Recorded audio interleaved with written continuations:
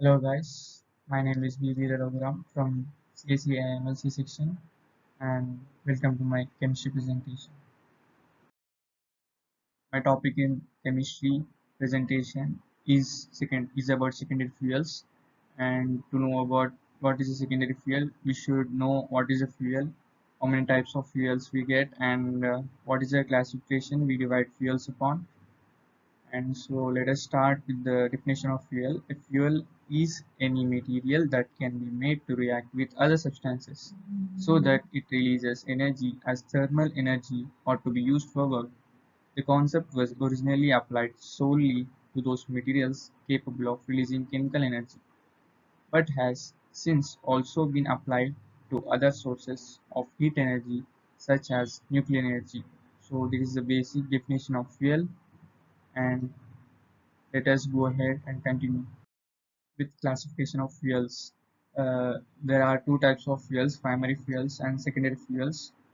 This is a classification of fuels. Primary fuels are fuels that can be found in nature and can be extracted, captured, cleaned, or graded without any sort of energy conversion or transformation process. And the second type is secondary fuels. Secondary fuels are the fuels that are derived from some primary fuels or fuels through chemical or physical processes. So we can understand that primary fuels can be found and extracted easily, whereas secondary fuels needs to be converted, sometimes transformed, sometimes or even sent through physical and chemical changes. Here we have a flowchart of fuels being classified into two sections: primary, or they are also called as natural fuels, and then secondary, which are also called as derived fuels, and then they are further classified by the state which they are presenting, which can be liquid, solid, or gaseous. And then we have example for primary and natural fuels: wood, crude oil, natural gas. For primary fuels, wood in solid, crude oil in liquid, natural gas in gaseous form. And then coming to the derived fuels, we have coke, kerosene, and coal gas. Coke as solid, kerosene as liquid, and coal gas as gaseous form. Now let us learn about primary fuels. Most of the primary fuels used currently are non-renewable, meaning that they exist in limited quantities and they cannot be replaced after they have all been used. However, one major renewable primary fuel is from biomass sources, and then we have other examples of primary fuels, which include coal, crude oil, bitumen, natural gas, uranium, thorium, and all of these are used differently and for our convenience. Now let us learn about secondary fuels, and gasoline is the best example of a secondary fuel as it is made from oil through distillation process. While many of the actual chemicals in gasoline are found in crude oil, they must be separated out in order to put the hydrocarbons in the most useful form. And then molecular hydrogen can be a secondary fuel as well, but this is often made into a fuel cell. This process allows water to be separated into hydrogen and oxygen, but the energy to do this must come from a primary energy source, like either another fuel like coal or a primary energy flow like hydropower. Secondary fuels are often made to maximize the ability for combustion to get energy into an engine. This means that secondary fuels are often an intermediate form of energy between the primary energy and energy services. The intermediate form is also known as energy current, which energy currencies also include electricity, which is not a fuel, and but electricity is seen as an energy current. Here we have a picture representing how the secondary fuels are extracted from nature. So we have wind, then the wind is collected by wind turbine, and then which in turn produces electricity. This electricity is then distributed using the power lines which connect to our home, and then we charge our laptop, mobile phone, and use the services which we require through the device. And then the oil is extracted through an oil derrick. Then the extracted oil is converted into gasoline and then transported using many ways. And then this gasoline extracted is used for a transportation of vehicles such as cars, bikes, and motorbikes, and then which we use as a transportation, which makes our life very easy. This is how the secondary fuels are extracted from nature and are used in our day-to-day life activities. Here we have another flowchart showing the primary and secondary energies which are extracted through fuels.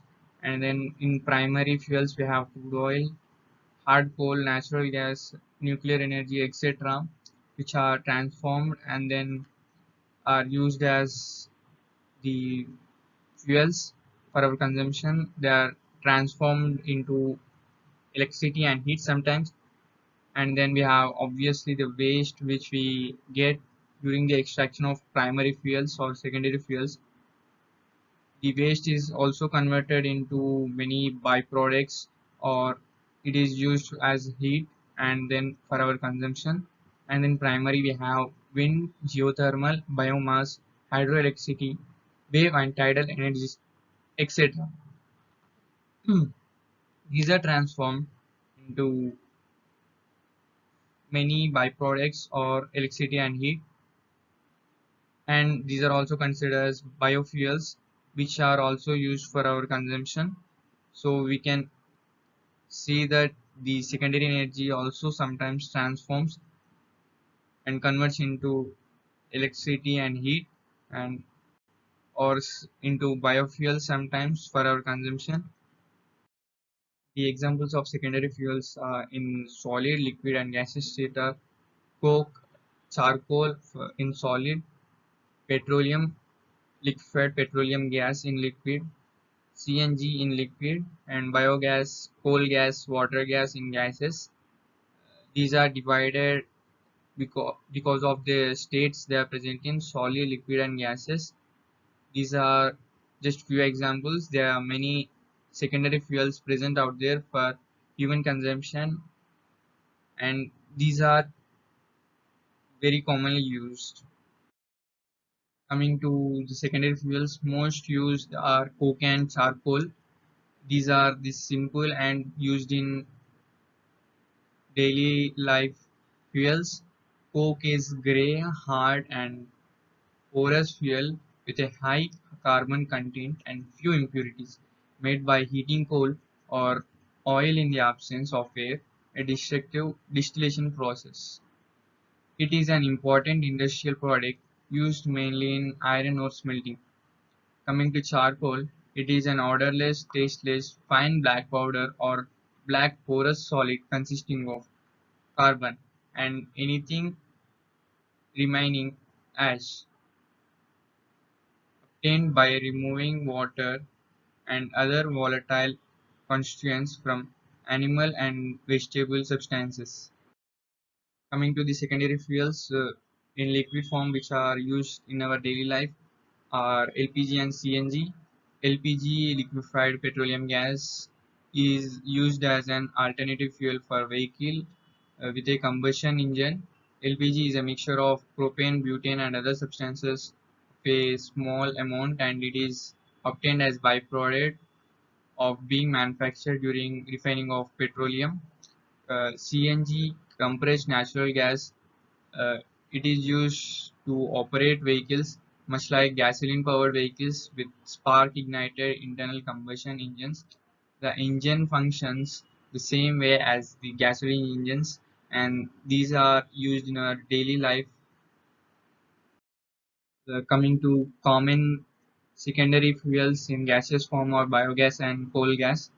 Biogas, it is a renewable fuel produced by the breakdown of organic matter such as food scraps and animal waste. It can be used in variety of ways, including as vehicle fuel and for heating and electricity generation. Coal gas, it is flammable gaseous fuel made from coal and supplied to the user via a pipe distribution system. Is produced when coal is heated strongly in the absence of air, and these are the